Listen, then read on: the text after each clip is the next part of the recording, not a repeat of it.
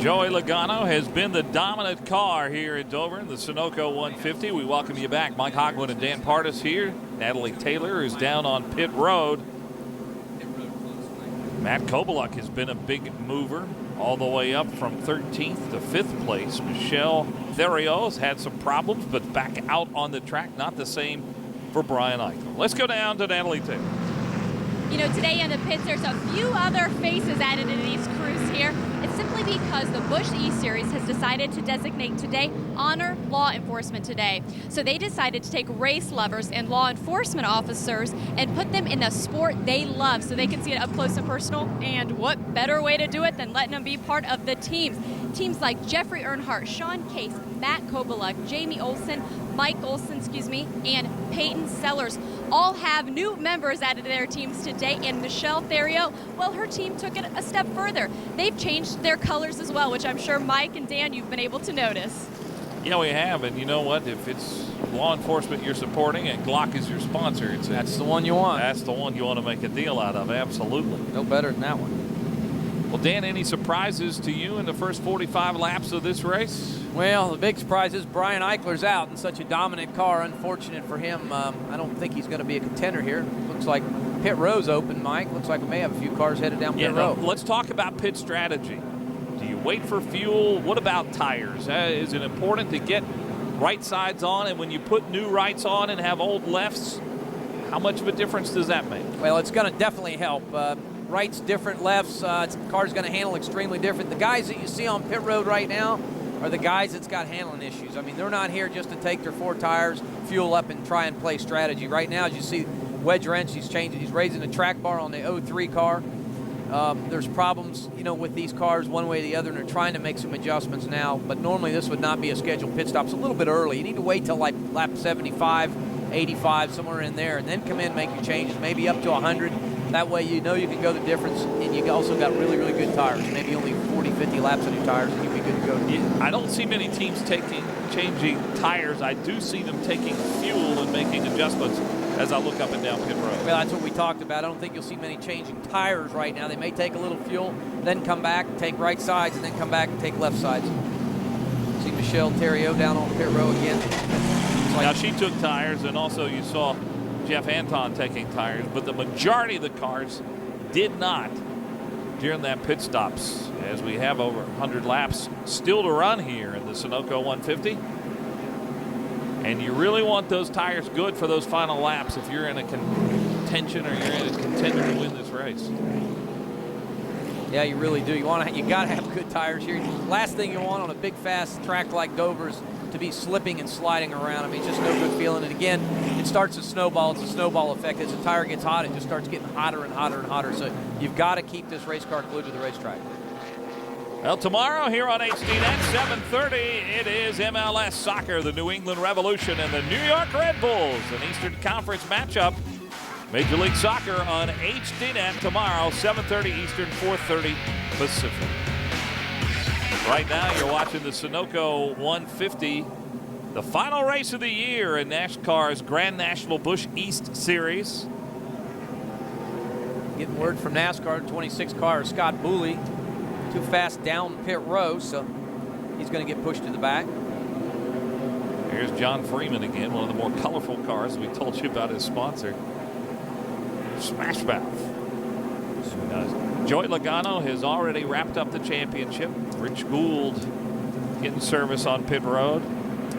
The battle is for second place, and right now Sean Case, who came into the race in second place, has it pretty good. He is running second. Jeffrey Earnhardt, the pole sitter, will restart third,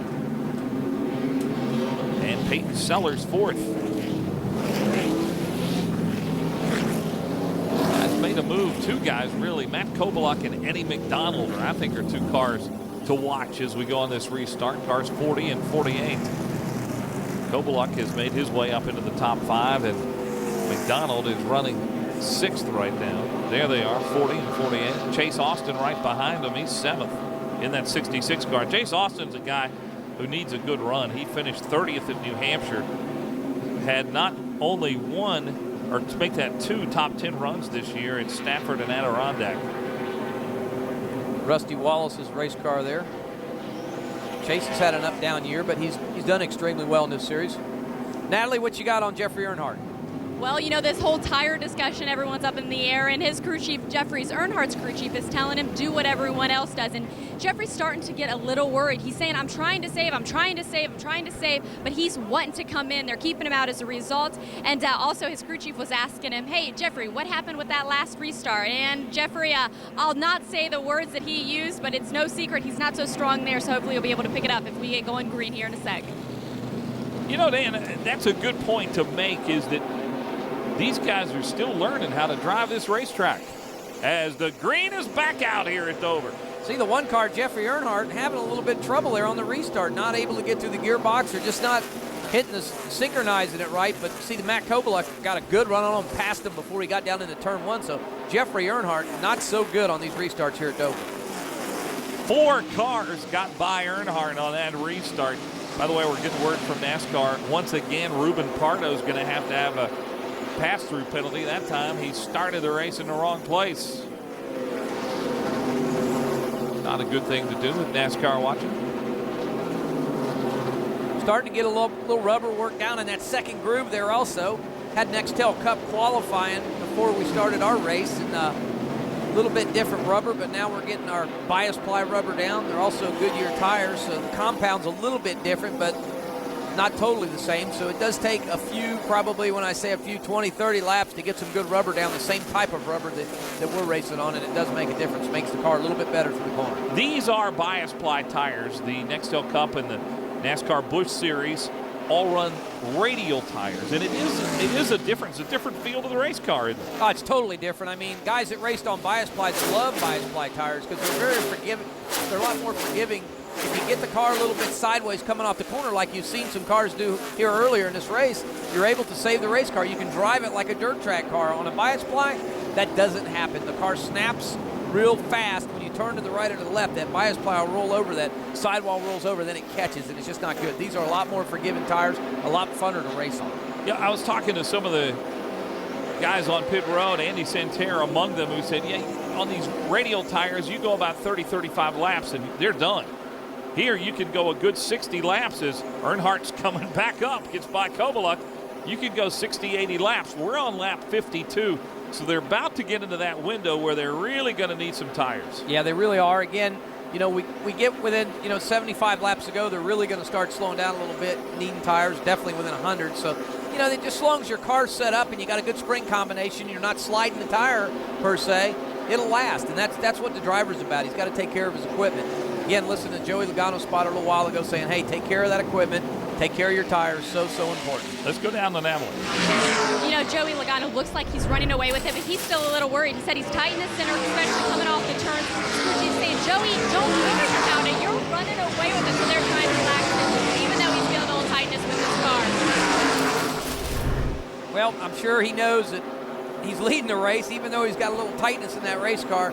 He's still the fastest car on the racetrack right now, and I know his spotter's telling him that, so he can make adjustments in that pit stop that when he comes in, he'll be good all day. And you know what it is, Dan? We've got 55 laps on these tires, and what's happening is his tires are really starting to go away, but so are everybody else's. That's what maybe Joey doesn't realize. And when he gets some fresh rubber underneath him, that car's going to have a totally different feel to it. Well, that's what we failed to realize here. Like his last lap time was a 24:44 in qualifying. He qualified there at a 23:88, so he did slow down some half a second, but like you say, everybody else did. Well, now here comes Jeffrey Earnhardt just marching his way back up. Peyton Sellers is in third place, and you see the yellow has come back out again. Third time today. Like debris in turn 3, it sounds like, Mike. Really? That's what they say. There it is right there. Little piece of aluminum on the racetrack. That great Frenchman, Jacques Debris, huh? Showing himself again here. This time at Dover. 56 laps in, under 100 to go here. Joey Logano has been the class. Why not? He is the series champion.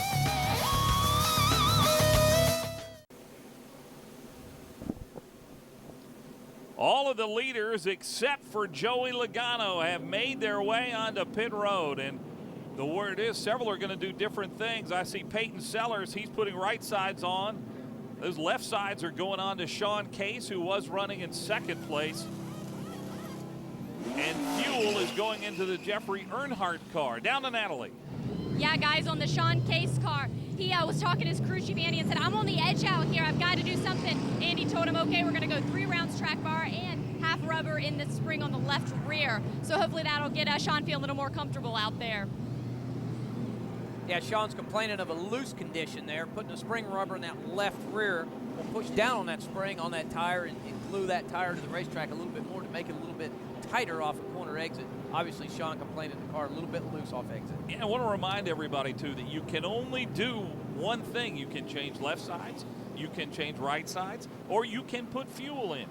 You cannot do all 3 at the same time. Nope, and some of these guys will come back around, pull down pit row again if they want to do right sides. They just done left sides. They'll come back around, make that right side change. So we'll just have to see what type of strategy some of these teams use. All right, back to Natalie. That's exactly what Sean Case, Mike, what you were talking about.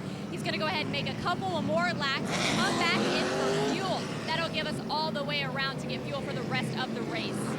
Well, I see Peyton Sellers. They are doing the same thing. They changed right side tires, and now Peyton Sellers down there taking fuel on the 83 car.